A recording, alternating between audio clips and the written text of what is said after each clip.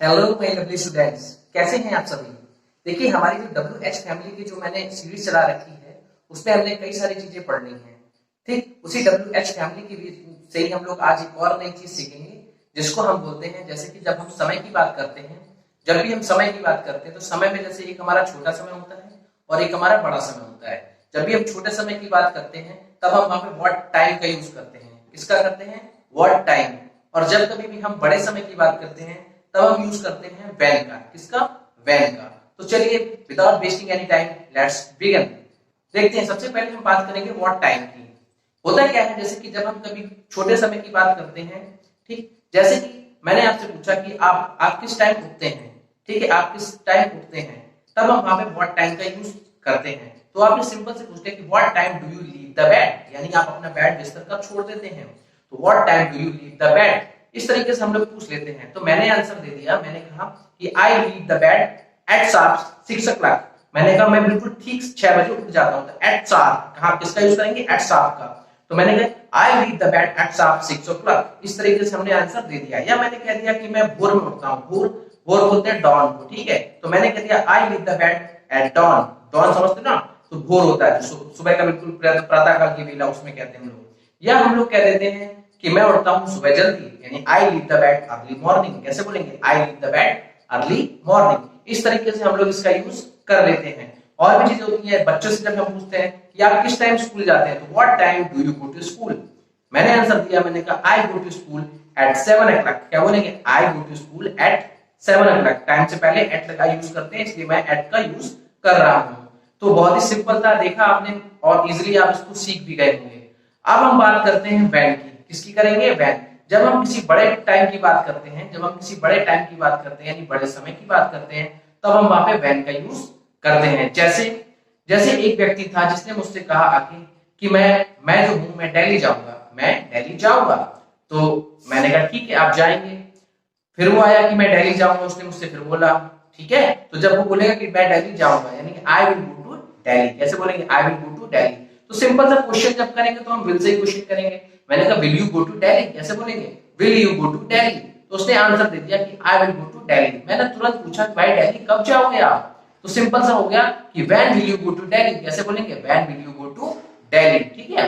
तो ये इसने सिंपल सा पूछ लिया। अब इसका जब हम आंसर देते हैं तो याद रखना, यहाँ पे क्या होता है, या तो वो डेट बताएगा आपको, या वो आपको टाइम बताएगा, या कोई मंथ बताएगा आपको, या कोई ईयर बताएगा।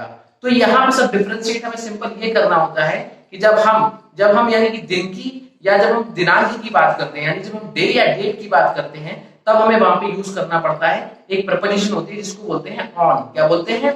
ऑन बोलते हैं। लेकिन जब कभी हम बात करते हैं मंथ की या हम ईयर की बात करेंगे, तब हमें वहां पे यूज करना होता है प्रपोजिशन इन का। किसका करना होता है?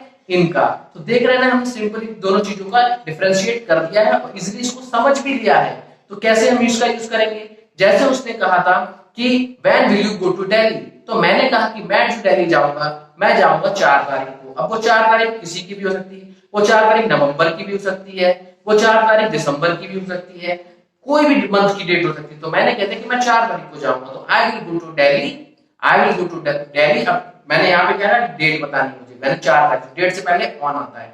I will go to Delhi on, मैंने कहा 4th of November, 4th of नवंबर, क्योंकि यहाँ पे 4 तारीख जो पहले आ गई तो हमें 4th of ऑन लगाना पड़ेगा। तो I will go to Delhi on 4th of November. ये इस तरीके से हमने इसका यूज कर लिया है, ठीक है। या हमने कहा कि मैं दिल्ली जाऊंगा, मैं जाऊंगा दिसंबर में, तो I will go to Delhi in December. क्या बोलेंगे? I will go to Delhi in December. तो इन मैंने यहाँ पे क्यों लगाया? क्योंकि यहाँ पे हम मंथ की बात कर रहे हैं। अब हम यहाँ पे अगर दिन की बात करेंगे, मैंने कहा मैं जाऊंगा मंडे को, तो I will go to Delhi on Monday. कैसे बोलेंगे? I will go to Delhi on Monday. इस तरीके से हम इसको यूज कर लेते हैं। या मैंने कह दिया मैं किसी ईयर की पर्टिकुलर बोल रहा हूं, मैंने कहा मैं जाऊंगा 2023 में, so I will go to Delhi, I will go to Delhi in 2023, यानी ईयर से पहले हमने इस तरीके से यूज कर लिया है। कभी कभी कुछ चीजें और भी होती हैं, जैसे कि अगर हम इसको पास्ट में यूज करेंगे, इसका पास्ट बनाएंगे, यानी कि जब हम डिड का यूज करेंगे, तो आपने पूछा क्या आप दिल्ली गए थे, तो did you go to Delhi. क्या बोला उसने? Did you go to Delhi. मैंने कहा मैं दिल्ली गया था। अब यहाँ पे सेकंड फॉर्म का यूज होगा, मैंने कहा वो की सेकंड फॉर्म वेंट होती है, तो आई वेंट टू दिल्ली। क्या बोलेंगे? I went to Delhi. अब आपने पूछा कि दिल्ली कब गए थे आप, तो when did you go to Delhi. कैसे? When did you go to Delhi. मैंने कहा मैं दिल्ली गया था लास्ट मंथ में। अब जब मैं लास्ट मंथ, ठीक है, या जैसे कि हमने लास्ट मंथ बोला, नेक्स्ट मंथ बोल दिया, तो ये इन जब चीजों का यूज करते हैं तो ना हमें ऑन का यूज करना होता है, ना हमें इन का यूज करना होता है, ठीक है, या लास्ट ईयर, नेक्स्ट ईयर, इस तब हमें इसका यूज नहीं करना होता। तो मैंने बोल दिया कि I went to Delhi last month. कैसे बोलेंगे? I went to Delhi last month. या मैंने कहा I went to Delhi last year, है ना, इस तरीके से हम लोग बोल देते हैं। तो इन तरीके से इन सारी चीजों का यूज करना सीख गए होंगे आप, ठीक है। तो बाकी की बात हम जो है आगे की क्लासेस में करते रहेंगे। तो आज मैंने आपको क्या बताया, छोटा समय यानी कि व्हाट टाइम, और बड़ा समय यानी कि व्हेन। तो दोनों को आप, मुझे आई होप कि आपको बहुत अच्छी तरीके से समझ में आ गया होगा। तो I think it's enough from my side. Nice meeting you all, have a nice day.